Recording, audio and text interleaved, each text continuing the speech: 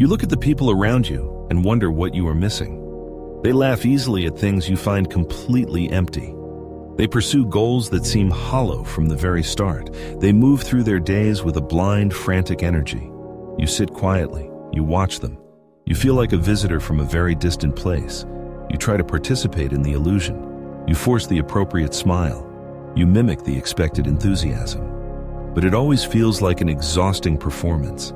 When the door finally closes at the end of the night, you collapse. You fall apart from the sheer weight of pretending. You ask yourself, what is fundamentally wrong with your mind? Why does basic human connection feel like a heavy chore? Why does normal life feel like an elaborate game you refuse to play?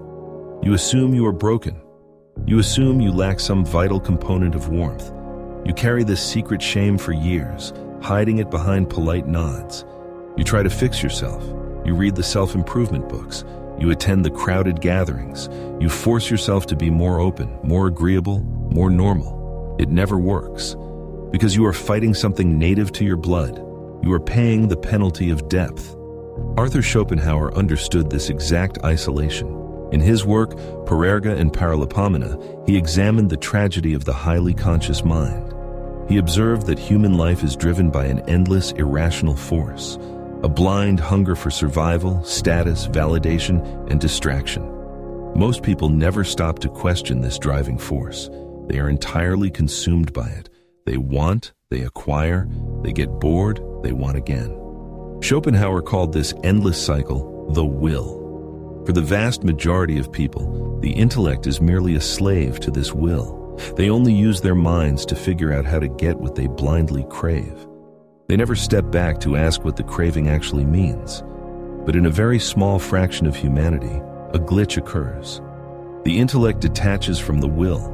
It stops serving the blind hunger. It wakes up. It turns around and looks directly at the machinery of life. And once your mind sees the machinery, you can never go back to sleep. You see the absolute futility of the daily race. You see the fragile egos hiding behind loud, confident opinions. You see the desperate fear of silence that drives people to constant noise. You see all of it with a terrifying clarity, and this clarity isolates you completely. You thought your inability to fit in was a failure. It is actually the ultimate symptom of your liberation. You cannot connect with shallow pursuits because your mind demands substance. You cannot join the social frenzy because your intellect requires stillness. Schopenhauer noted that a person of high intellect is like a brilliant musician. If you force a brilliant musician into a room of people banging on pots and pans, they will suffer. They will cover their ears. They will run to a quiet corner. They do not run because they hate the people. They run because the noise is a physical assault on their finely tuned senses. Your mind is finely tuned. The noise of ordinary human striving is offensive to your spirit. This is the penalty of depth. It demands vast amounts of space. It demands unbroken quiet. It demands a severe withdrawal from the superficial. When you pull away from social obligations, you are not being difficult. You are protecting a delicate internal ecosystem. You are guarding the small flame of your own awareness. You feel lonely because you are trying to find your reflection in very muddy water. It is an impossible task.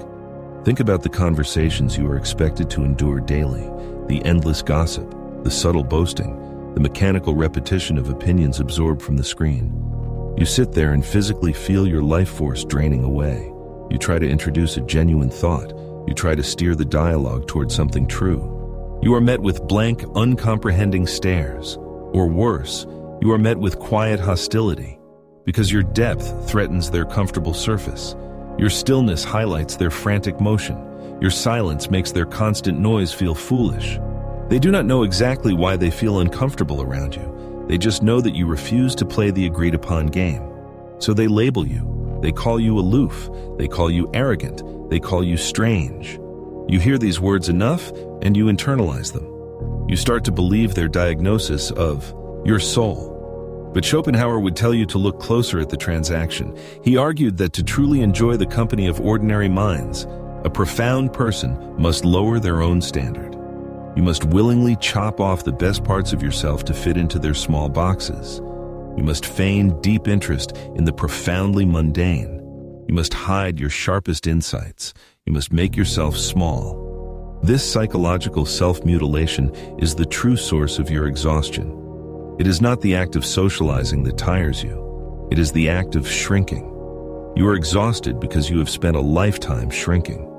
Before we go further, we must pause. If you have spent your life wondering why the world feels so loud and so incredibly hollow, you are not entirely alone. If you have felt the immense crushing weight of seeing things too clearly, there is a community of quiet minds here. I want you to stop and go to the comments right now. Type this exact phrase, "I see the machinery." Comment it below, "I see the machinery." When you read the other comments, you will realize something vital. You are part of a hidden minority, a scattered group of individuals carrying the exact same burden of awareness. Leave your comment, find your quiet peers. Now we must talk about how you actually live with this clarity. The first necessary shift is radical acceptance. Stop trying to cure your intense need for solitude. Stop viewing your isolation as a psychological disease. It is your natural, healthy habitat. Schopenhauer stated plainly that a person can be completely themselves only as long as they are alone. If you do not love solitude, you will not love freedom, for it is only when you are entirely alone that you are truly free. You must start defending your solitude aggressively. Stop saying yes to meaningless invitations out of misplaced guilt. Guilt is the weapon the collective uses to drag you back into their noise. When you say no, do not offer an elaborate excuse. Do not apologize for your absence. Your time belongs exclusively to you. Reclaim it without hesitation. The second shift is to permanently alter your expectations of others. You keep getting disappointed because you expect depth where the soil is entirely shallow. You expect people to comprehend your complex inner world. They cannot. They simply do not possess the equipment. Do not resent them for this limitation. You would not resent a bird for not understanding ocean currents. You must look at the blind striving of humanity with compassion from a safe distance. Accept the hard truth that you will only have a few real connections in this lifetime.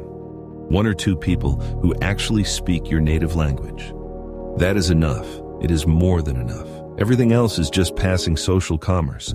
Lower your expectations for daily interaction to zero. Keep your rich inner world locked securely away from those who would trample it.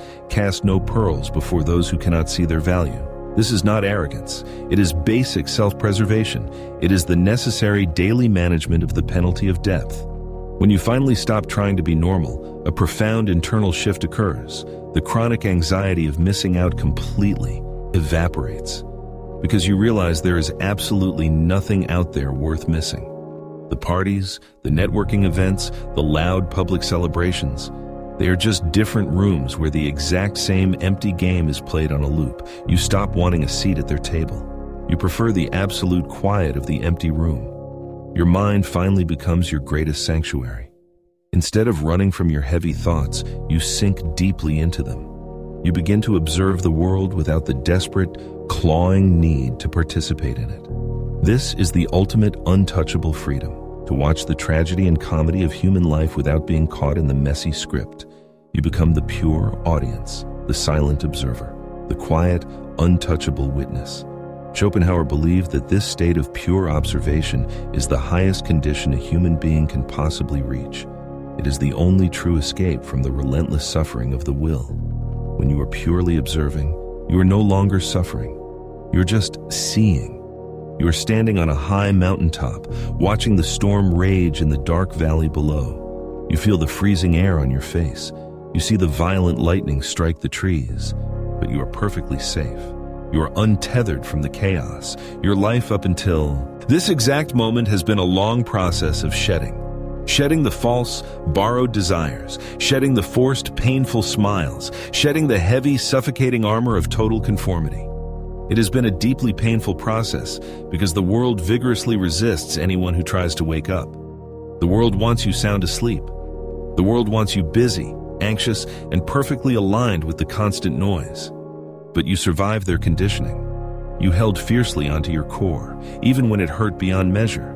Even when you thought you were completely losing your mind, you protected the small spark of pure awareness. You paid the heavy price. You endured the terrible loneliness. You faced the cold, biting wind of absolute clarity.